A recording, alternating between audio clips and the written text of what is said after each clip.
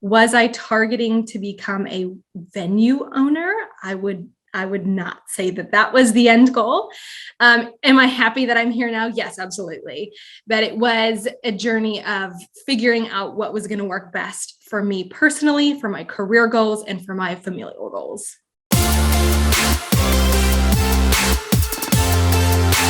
You're listening to the Venue RX podcast. What's up, everyone? Jonathan here with the Venue RX podcast. And on this show, we are passionate about documenting and sharing best practices around owning, operating, and managing world-class wedding venues. And today we have one of our venue owner series shows. And I loved these. They've been so much fun to connect with venue owners all over the country and kind of peel back those layers, understand a little bit more a day in the life of what it looks like to be a venue owner and some of the challenges and the struggles as well as the successes. And so I am really excited and thrilled to have Elizabeth Lang on the show with me today. Elizabeth, thank you so much for being here. Yeah, of course. Thanks so much for having me. I'm so excited. Well, I am really, really excited to talk about your venue, the Hawthorne House. You guys are located in Kansas City, is that correct? Yep. So technically address would be Parkville, Missouri, but we're located just 15 minutes north of downtown Kansas City. Okay, amazing. Very cool. Well, I want to just say I love your venue, what I've seen of it online. I make it a point of looking at all of the venues' websites, the Instagrams, kind of trying to understand a little bit more of what the space looks like. And the pictures that you have online are gorgeous. So I'm hoping everyone who is watching this on YouTube, listening on podcast, has a second to go and check in the show notes and kind of click and check out your venue visually as well. But let's jump into it. Give me a bit of a background on you, how you got into the wedding industry, why weddings, why events, and take me back. Give me a bit of your origin story. Yeah, so right after college, I hopped into the events industry. So I started in nonprofit and corporate events. So that is where I broke into the events industry. I was in that position for a couple years and then transitioned into wedding planning. So I became a full-time wedding planner. I managed a coordination arm of a business under an existing florist. Did that for a couple years, and then it was a fell in my lap kind of opportunity that Hawthorne House came about. So Hawthorne House came about, the conversation started in 2018. My husband and I were really excited about the opportunity to become entrepreneurs and to pursue it together. And so we bit the bullet in 2018. Wow. Wait, so before this, did you have any entrepreneurial experience? No. Right. Yeah, I would say it's in my blood. I have a lot of family members, as does my husband, who have been entrepreneurs. And so it was something I was seeking. I knew that my end goal would eventually to be an entrepreneur in some way, shape, or form. Was I targeting to become a venue owner? I would not say that was the end goal. Am I happy that I'm here now? Yes, absolutely. But it was a journey of figuring out what was going to work best for me personally, for my career goals, and for my familial goals. Totally. You mentioned familial goals. And by the way, you kind of just read my mind on a question. You answered a question that I was thinking as you were saying it. So I love that. But for your familial goals, how did you feel like owning a venue or being a venue owner kind of built into that? Being a wedding planner takes a lot of emotional energy. Not saying being a venue owner doesn't, but being a planner, you're a little bit more invested in the nitty-gritty details, the emotional attachment to the day, things like that. And so I wasn't feeling like we were able to start a family in that career path. So I knew I wanted to stay in the wedding industry, and I felt like the natural path to go from being a wedding planner would be to have my own company. And what that looked like ended up being the venue route. So I felt like being a wedding planner or being a wedding coordinator didn't allow for the work-life balance that I was seeking in order to also hit the financial goals that we were wanting to accomplish. I love that. And the self-awareness that demonstrates and just how you're thinking about that is huge, because the other thing is you got to know the type of person you are. And, if you know that you do maybe get easily emotionally drained, or you can take so much emotionally, or you have to kind of know yourself enough to know where are you at, what things can you deal with, what things, for me personally, I'm not a details person at all. If I was a wedding planner, that would be horrible. So let other more talented people than me do that, but then I can focus on other areas. So I love that you said that. So talk to me about Hawthorne House then. How did it come about in 2018 that you actually, did you purchase the venue or did you build the venue? We purchased, yeah. So it'll be a little bit different story than some of the venue owners that you've had previously of are acquiring the Hawthorne House. So the Hawthorne House is established in 1997. It has been consecutively hosting weddings for over 25 years, which is a pretty incredible feat in an industry that is so trend driven and so up and down. So we were really proud of the foundation that the previous owner, Irene, built with Hawthorne House. So when I decided to explore becoming an entrepreneur and the potential of being a venue owner in 2018, I met with a local marketing representative. She worked for the Knot. And I set up a meeting with her to learn statistics about couples in the area. So I set up the meeting with the thought of purchasing a property and building a venue. And the venue I had in mind was going to be filling a gap that our market just didn't have, a little bit more of a trend-setting venue with a little bit more outdoor focus. So in that meeting, I did get the statistics that I was looking for, which was estimated guest count, indoor versus outdoor, things like that. But at the end of the meeting, the representative approached me with a different opportunity of a venue that was for sale under the table. So the owner that was selling Hawthorne House was 2 years into a 5-year exit plan. So it was a premature sale in her mind. But this individual thought that I would be the right fit to take over Hawthorne House. And the sale did take 8 months. So it was 8 months of back and forth conversations to make sure it was the right fit for our family, but also to go through the legal process, the financial process, all of that for acquiring the business. So we did purchase an existing wedding venue. And the sale went through in March of 2019. So after an 8-month process, I feel confident that purchasing an existing venue was a wise decision versus building from the ground up. Well, and I was going to say, in hindsight now, a couple years down the road, would you go back and do it similarly for any of our friends who are listening right now and they're like kind of thinking about building versus acquiring something? Like, what are your reflections on that? Hands down, I would do it again to purchase an existing venue now the caveat would be, what does the foundation of the venue you're purchasing look like? So we did start pursuing this opportunity, and another opportunity came to the table for a separate venue in Kansas City. But that venue in particular did not have great reviews. We knew that they had gone through some management issues. We couldn't purchase the property as well as the business. We were only going to be acquiring the business. And for us, it was really important that we owned the property as well. And so I think we made the right decision because we purchased a venue that had incredible reviews, a wonderful foundation built, so we could start off on the right foot instead of having to kind of backtrack with a negative reputation. Totally. That's huge also because you have a little bit more of a baseline for what sales look like. And so you can do some number calculations based on the investment that you're putting out. I love that. Yeah, I totally didn't even think about that as far as like having the track record or having the reputation. I thought about it more in terms of like having an existing building.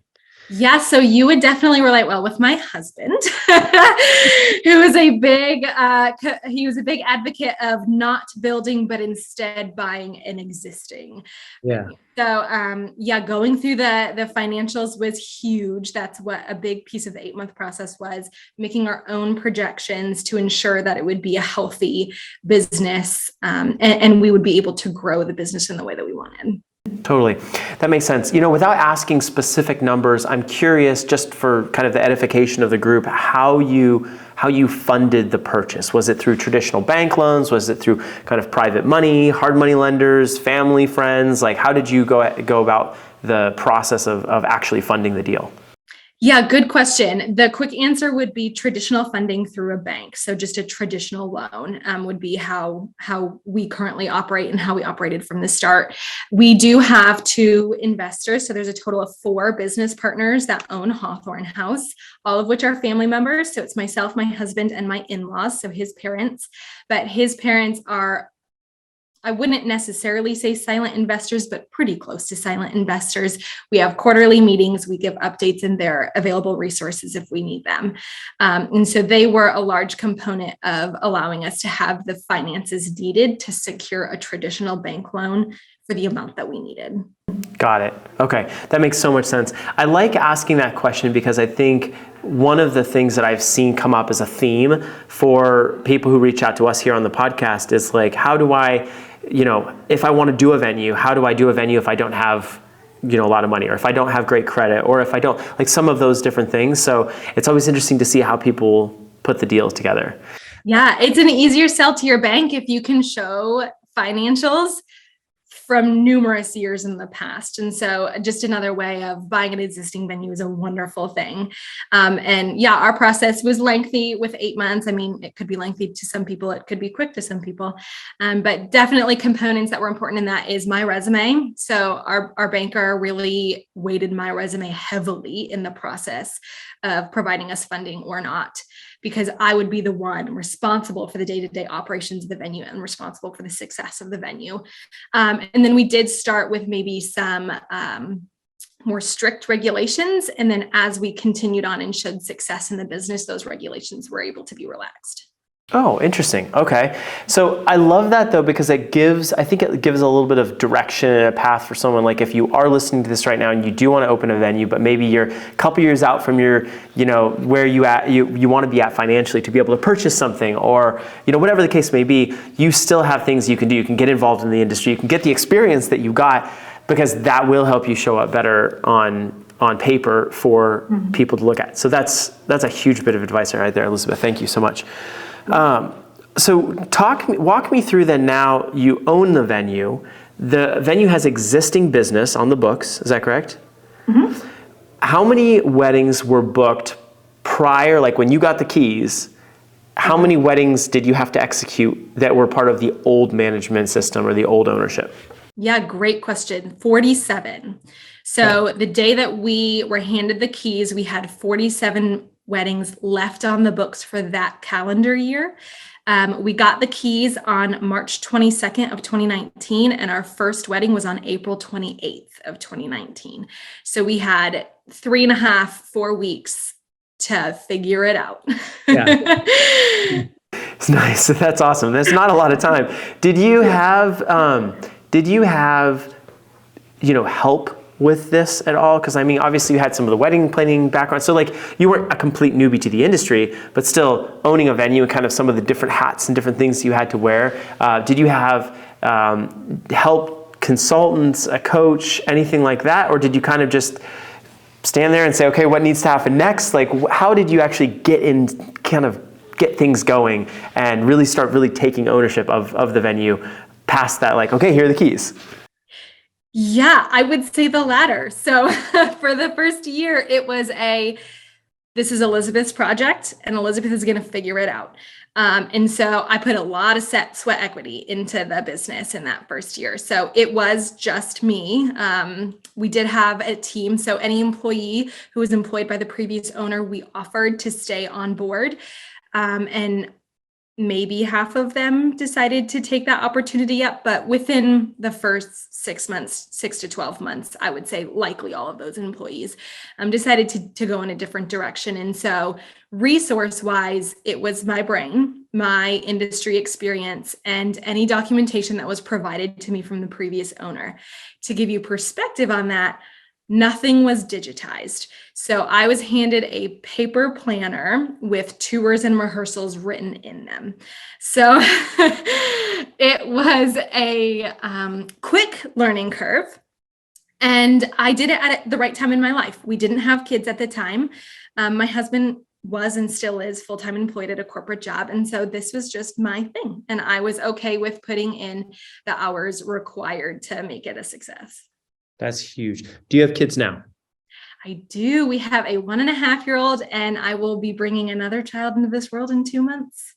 Wow. Congratulations. That's so exciting. That's so cool. So how has the workflow and how has kind of your life, and you mentioned familial goals in the very beginning and like venue ownership and things like that. How do you feel like that has changed and evolved as you're now a mother, has your workload changed at all? What are some of the major differences that you've noticed as you've matured in business, but also in like your family life? Yeah, absolutely. It looks wildly different. So I was a one-woman show from the beginning and for about the first year. So May of 2020 is when we brought on our first employee. She was a part-time employee and just a support. And in March of 2021, we welcomed our first daughter into the world. So that gave us about a year to work together before I left for maternity leave. So what used to look like my day-to-day with Hawthorne House was I would be working Tuesday through Friday, and I would likely be picking up shifts on the weekends. Especially for that first year, I worked well over 75% of the events to make sure I understood how they operated and where inefficiencies were. But by year 2, that was down to maybe 30% of me actually attending and working the weddings at Hawthorne House. When I came back from maternity leave, I dropped down to 2 days a week. So I now only work 2 days a week. And then we've got another part-time gal in the office that works 3 days a week. So technically, if you counted up the hours, we have one full-time employee running Hawthorne House, and then a separate team that comes in and runs the events on the weekend. Got it. So break that down for me a little bit, because I'm curious about how the venue owners that we talk to, how they run their properties are wildly different. I mean, there's structurally, I think some of the things are someone to sell and someone to manage the venue and do the events and things like that. But how people do it and actually execute it is very different. So what does your team look like, and what are kind of the duties and responsibilities of each one of the people that are on your team? Yeah, so my responsibility is marketing and sales. That would be like the big one under me. And then of course, business development. So our employee, who's our venue manager, she does a bulk of the tours and then all client communication. So once that contract is signed, they are passed over to her, whether they had been working with me or with her before that point. She handles all client communication, all final walkthroughs, all vendor communication, all phone communication. And then on the wedding day, it's passed on to an entirely separate team. So we don't require that our venue manager work the weekend events to provide a little bit more work-life balance than maybe a standard job in the industry. So if that breaks it down enough, feel free to ask me elaboration questions, because there's a lot of facets that go into running a venue, and it is a shared responsibility. 100%. You said just so I encapsulate, and again, for anyone new who's listening to this, you doing business development, sales, and marketing. I mean, what does that look like? Can you break down a little bit more? Sales, do you mean, are you doing tours? Are you following up with leads? Kind of give me a little bit of what the day in the life of like marketing and sales, like those hats look like. Sure. Yeah. Good question. So yes, I still manage all of our leads. So I respond to all of our leads. I pass them off to our venue manager when it comes time for the actual tour. I pass along the details to the venue manager, such as estimated guest count and things like that. And then we share the responsibility of tending to that lead after the tour. So we have a CRM system. We use Weave-In, and that is a great way for us to share the responsibility, because you can assign tasks to different people. So if I maybe want to take on half of the leads and our venue manager takes on the other half of the leads, we can split that very easily with the technology that we have. And then I am in charge of all social media and our website, storefronts. So what the photos look like, what the descriptions are going to be, and then business development. So tending to vendor relationships, those are extremely important in the industry. And doing fun things like this podcast to just keep our name out there, and then continuing ed. So I think a big piece of it is also learning always, because it is a fast moving industry. And so that, in my opinion, is a piece of business development. That's so huge. I love, you encapsulated it perfectly, and there's so much that is like underneath the layers of each one of those. I want to specifically talk about marketing, because I think one of the things that has been very surprising to me is the different ways that people can effectively market throughout the country. And we have 4 venues under management right now. We're getting getting ready to bring on an additional 2. And including our first Texas venue, and as we look at the Texas venue versus the 4 going on 5 that we're going to have here in California, the things that are working there don't work here, and the things that seem to work here don't work there. And even just between the different venues that we have here in California, Instagram works a little better, or Google ads work a little better, or we get a lot more traffic on our blogs from one of the sites. So weird stuff like that. When you think about marketing, what have been some effective marketing channels for you guys at Hawthorne House in just getting the word out about your business? Channel specifically is for sure going to be Instagram.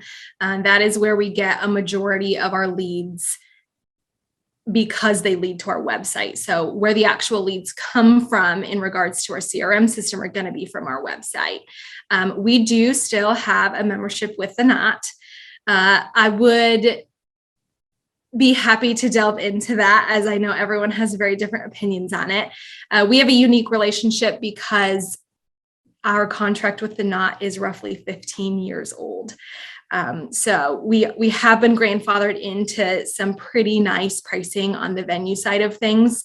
And I do believe we've gotten the awards, the Best of, Hall of Fame, all of that since 2007. And so there are some things there that, because of the history of Hawthorne, I do continue with marketing avenues where I maybe wouldn't if I was to open up a new venue today. We tested a lot of things. So my approach to business is trial and error and making wise investments in the sense of not being afraid to invest in something, but tracking the ROI to know, should we continue with it or not? So for example, when we purchased Hawthorne House, we had to purchase any existing contracts that Hawthorne House was under. They were under a $25,000 advertising contract with the Knot. Do I continue with that now? No. It is a smaller scale contract for that particular one, but that was a large chunk of change in her financials that she had set aside for marketing that we had to play with now. So we did invest in 2 different marketing firms to beta test both of them. What ended up working was bringing it back in-house and having me run it.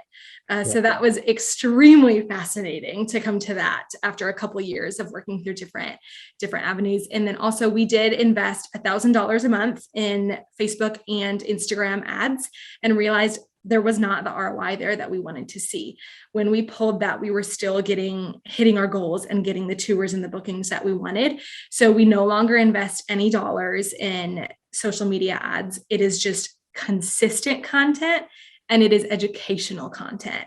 So as long as we're producing consistent content that is providing a service to both our current and our potential clients, that is where we've seen the ROI, which is cheap. That is a time investment. And so that was a glorious realization that we had. Yeah, no, that's so interesting. It resonates with my experience, like even recently, because we did, before we kind of said, we're going to do all of the marketing, like everything that we could do, all of the channels, all of the paid stuff, everything to like see what works. And to your point, tracking it is really important. But just didn't see the ROI on Facebook ads. We didn't see, but where we did see the ROI really was the consistent posting and posting reels. And we talked to Sarah from Oleo and Peabody, I believe in, Boston, Massachusetts. Sarah's gonna kill me. But basically that venue, they did such a good job with reels, and she was saying, this really has helped us. And we were already doing some reels a little bit, but that was an encouragement to me to keep going in reels. And we've definitely seen that, that has picked up and just driven the traffic, and then we've slowly weaned off of other channels. So that makes sense. I was gonna ask you, so given the historic nature of the property, the property's been around for a long time doing weddings, how impactful do you think that local public awareness is in your venue's success? Honestly, I would have to say it doesn't play a major factor. And that could definitely be my personal experience and the location of my venue. Parkville is a small town outside of Kansas City. We very much feel like we are a part of Kansas City. So if someone was to ask where our venue was, we would say Kansas City. And so we don't get that maybe community rally that we would see in another area of the country.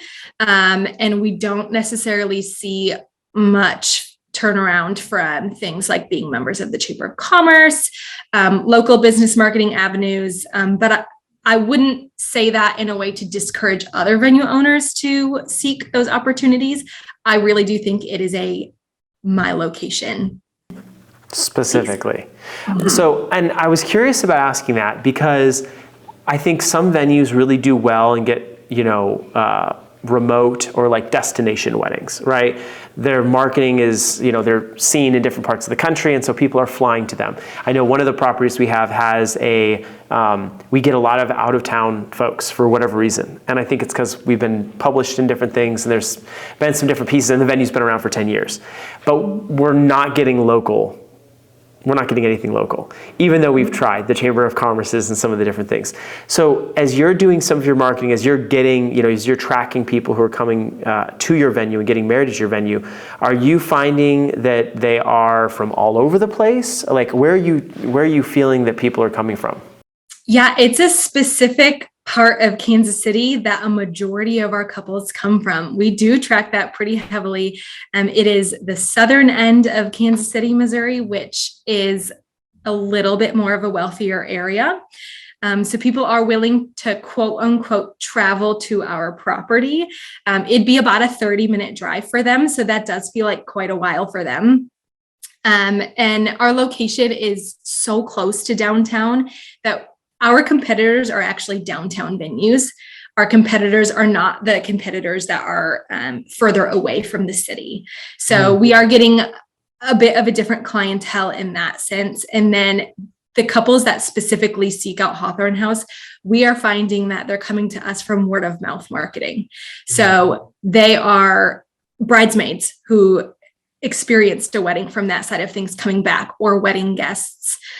We've had a few, which is super sweet and special, like flower girls or sons or daughters of people who had gotten married at Hawthorne House because we are so old. And that is so amazing when that happens. But I would say a majority of our couples are coming from experiencing a wedding at Hawthorne House and wanting it for themselves. Wow, that's so cool. I think that says a lot about the type of operation that you run, because for someone to have that good of an experience that they not only want to tell their friends, but maybe it's even someone who went to the wedding that was like, I need that. That's really cool. Let's go in and look at all of the nitty-gritty details as far as like what do people get when they book at Hawthorne House, and kind of some of the pieces as far as what's included with the venue, and then maybe if you're willing to give us a rough price range, within $3,000 or $5,000, just kind of a rough range of what people are spending, how you're doing your pricing, and some of those different things.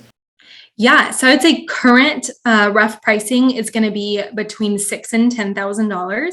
And that would mostly just be for the facility. So we do have an in-house bar as well. So we've got our own liquor license. So we offer the facility and bar services when couples book Hawthorne, and we do require that they use our bar services. So if we're looking at that side of the investment, we're going to be looking at more of like the $10,000 to $20,000 investment. And so what that gets a couple is tables, chairs, and linens on the wedding day, as well as 12 hours total of access with ceremony and reception, because we have an on-site chapel. So we have a chapel that they can get married in that seats 250 guests, and a separate building that's a reception hall that can seat up to 300 guests with an outdoor ceremony location.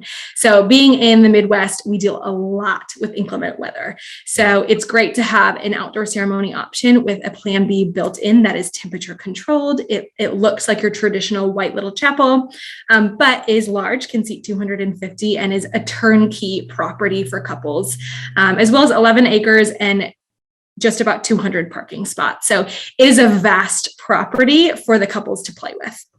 That's huge. That is so cool. But like just from looking at your website, it's gorgeous. Pictures are stunning. I've seen the chapel. Very, very cool. And it's really it seems like a really special place. As you are running weddings, and you've got, the teams that we've kind of discussed in place. I realized that we didn't talk about the day of teams as much as I was curious about, and then just kind of thinking about the packages and the 200 people that can fit in the chapel and things like that. Talk to me a bit about logistics. Yeah, we have about 8 staff per wedding for a Hawthorne House wedding. So we have in-house bartenders. We do not outsource our bartenders. We did test that. That's a good way to start if you're just getting your liquor license, but I would not say that should be a long-term plan. Having in-house bartenders has proven to be much easier to manage. And then we've got a setup crew, so setting up the tables, chairs, linens, things like that. We've got a wedding day crew, so what maybe others would call venue managers, I call team leads. I specifically give them a different name so people don't think that they are a coordinator. And that's actually split up into 2 shifts. So that's why we have so many staff on site for every single wedding, because we have a morning shift and an evening shift for every single wedding day, so that the shifts equate to about 8 hours each, rather than one person working 15 hours on a wedding day. My experience with that in the industry is it leads to burnout. Right. And I really want to retain the employees that I have. And then we have between 2 and 3 what we call team members, and those would be like the busing crew. We do real glassware behind our bar. We clean our ceremony locations after they are done. So we tear down the chairs for an outdoor ceremony or clean the chapel for an indoor ceremony. And then we have 2 dressing suites on site. So we've got to clean the bridal suite and the groom suite and just make sure that everything looks great, because we do 2 to 3 weddings on a weekend. And so it is a quick process, and all of it is done that night. So yeah, I would say 8 team members per wedding. So that would be 2 to 3 bartenders, 2 managers, and then 2 to 3 busing staff.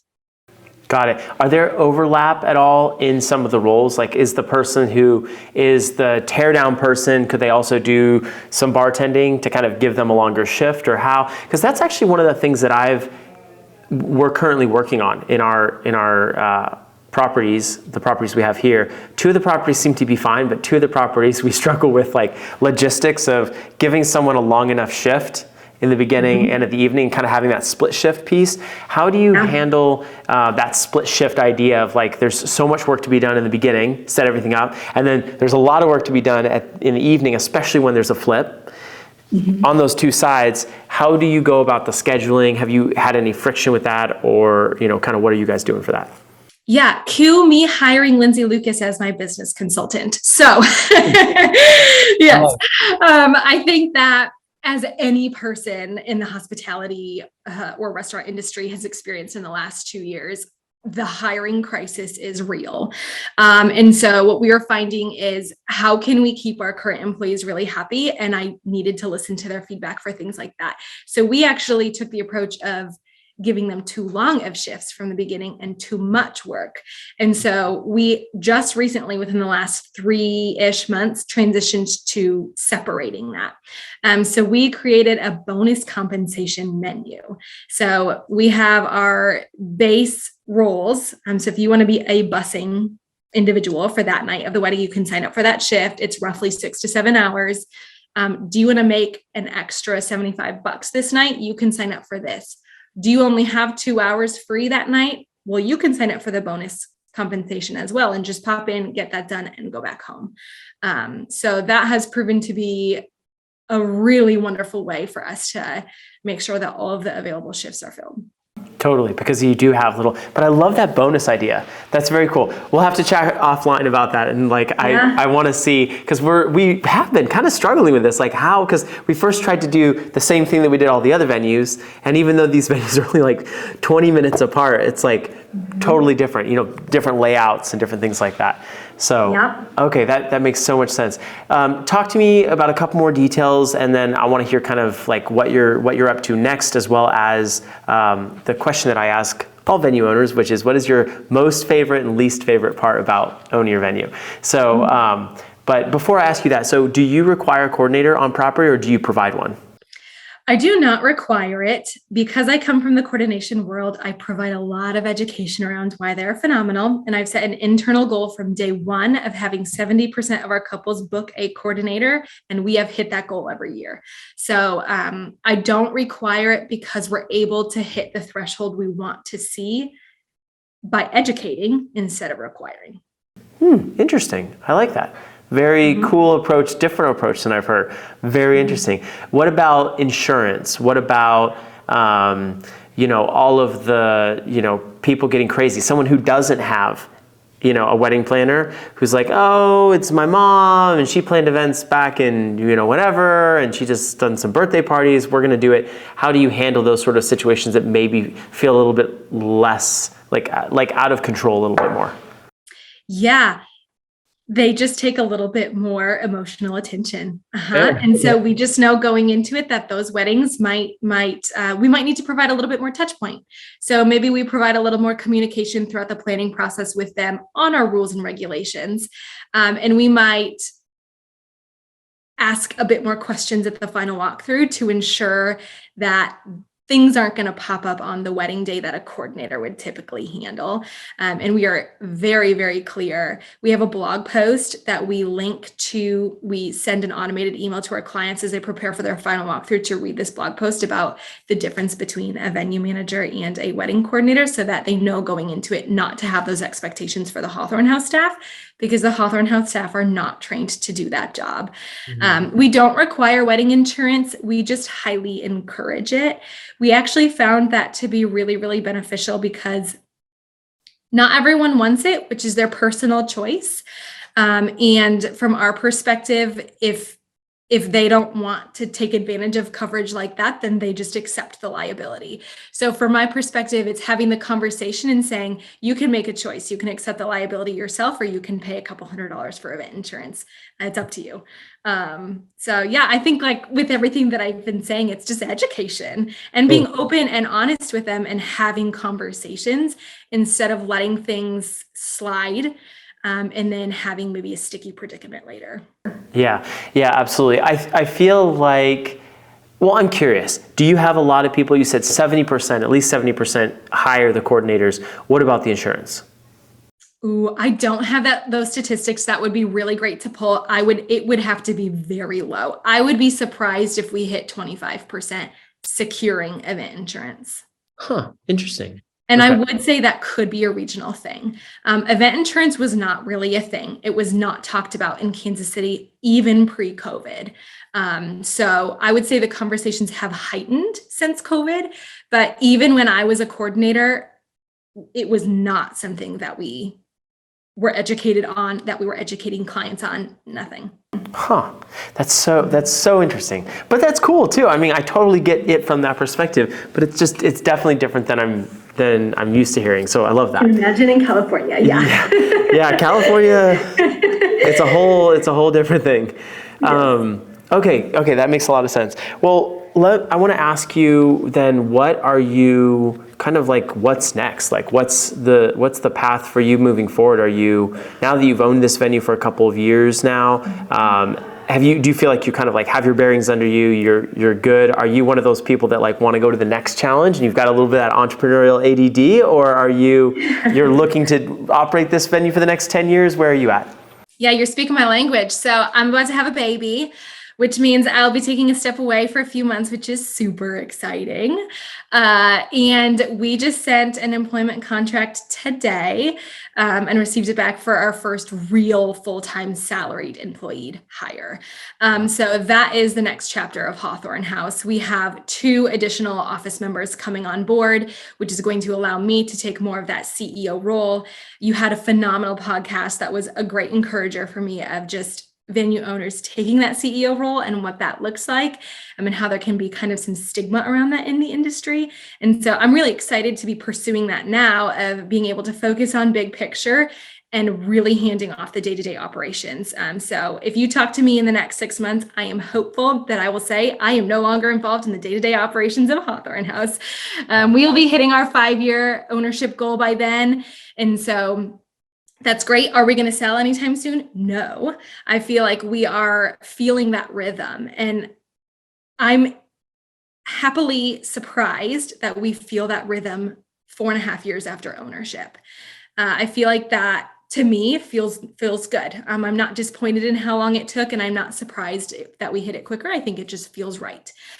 So I think Hawthorne House is ready to have a little bit more growth. We've seen great growth. but really not much more. We are plateauing. We have capped the number of weddings that we're going to take in a year because we feel good with where we're at, with the service that we're providing at the price that we're charging. And so we are just going to continue, which does free up some of my time. And so I'm super excited to be taking on a new venture. That's so cool. Do you want to share a little bit? Can you share a little bit? Yeah, sure. So when this podcast airs, it'll be a December launch. So I'll be launching, it's called The Bungalow & Co. And it's a wedding venue specific marketing firm. So we have, from Hawthorne House, invested many, many, many marketing dollars into many different avenues to test the waters. And I think that others can learn from my experience of what worked was keeping it in-house, keeping it consistent, and serving our clients. All of that led to word of mouth marketing, which is very cheap marketing. All you have to do is provide a really good service, and then the people are going to come to you. And so that is what we found to work great. And so that is what I'm going to explore with this new venture. So in December, I'll be launching The Bungalow & Co. We will be providing custom content calendars for wedding venues. So instead of just like a one-click download type content calendar, what we do is an onboarding process that collects information. So there would, of course, be documentation provided that we're not going to share any of your information or use it for anything. But by learning a little bit more about your venue in particular, we're able to pump out a content calendar that is specific to you. And so it is going to cut the time investment needed for a venue to keep marketing in-house astronomically, which in the end is going to lead to better ROI because it's cheaper to keep your marketing in-house. You have more control over it and you know what's going on and you know your clients best. And so I think that is the best way to serve the clients that you have coming in and out of your venue. And then client experience to me is extremely important with Hawthorne House purchasing a venue. There's a lot of trust that those clients had to have in us, that we were going to keep our promises with the contracts that were solidified with previous management, previous ownership. And I think we did a really phenomenal job in that first year, so much so that we continued some of those efforts and have seen incredible experiences come from that. So the firm will be focused on wedding venue marketing and also client experience to make sure that you're able to do as much as you can efficiently, because that is the name of the game in the industry. That's huge. And, I love that you put the experience piece in there because marketing is very much, the advertisement. It's getting the eyeballs there, but then the experience is the delivery. I mean, that's what we're providing to people. And so having the focus on both the, the thing and then the delivery of the thing, I think is really important and will allow you to give a really holistic, service to people. So yeah, I think when we talk about consistent marketing, it doesn't end at Instagram. So true. It ends at the offboarding process after your client has gotten married at your venue. So all of the pieces in between of the automated emails that should be getting sent out with reminders of payments and how many tables are provided, and all of that should be a piece of your marketing component. So yeah, I think that, it's exciting. I'm excited. And I think that Hawthorne House is going to see glorious things. I am so excited, and we will put some links to that if you do have links for it. Awesome. Elizabeth, thank you so much for coming on the show and sharing about the Hawthorne House and your experience and kind of like background in the industry. I've loved getting to know about the property, and if people are interested in getting to know more about you, more about the property, Bungalow & Co., just all of the things that you're up to, where is the best place for them to connect with you? Yeah, we are the Hawthorne House online everywhere. So Facebook, Instagram, Pinterest, and then our website, everything is the Hawthorne House. So thehawthornehouse.com. And then that would be the venue. And then if you're interested in marketing efforts, that would be thebungalowandco.com. So pretty simple stuff. All of it is going to be me behind the scenes. So you can DM anywhere and it is going to be me that sees it. I love it. I love it. Well, thank you so much again for being on the show. And you know what? We forgot the two most important questions. I knew I was forgetting something. Let's do it. We got to do it. So, and we have to do the part that you like least first, because we got to end on a high note, obviously. So, the first question is your least favorite thing about owning the venue, and then the follow-up, the antithesis to that, what is the best thing about owning the venue? My least favorite thing about owning the venue is it's an 11-acre property, and I would not say my forte is property management. So all of those light bulbs that you have to get on scaffolding for and those paint touch-ups, typically that is a call to my husband. So I am so sorry to my husband, but thank you for stepping up where my strengths do not show. But then my favorite part of the venue would definitely be the client relations. And so like getting to meet with the couples, learn about them, learn about why they're excited to get married, and then just see the unique pieces that they include in their weddings, because every wedding is different, even if the trends are the same. And so, yeah, I think it's a fun industry to be in. It's a challenging industry, an emotional industry, but at the end of the day, it's always still fun. Yeah, so true. Definitely an emotional industry, but I love that. Thank you so much again. I'm so glad we didn't leave that part out, because that part is important. Yeah. So perfect. All right. Well, we will talk very soon. Thank you so much for coming on the show. And if you're listening to this right now and you're not subscribed to our YouTube channel, we are trying to grow. We are trying to hit 1,000 subs by the new year. And I think we're at like 907 right now. So we've got like 93 to go. So I'm really pumped. Anyone who's listening, go subscribe. Even if this is after the new year, we're trying to hit that 1,000 mark. So appreciate you all, and we'll see you in the next video.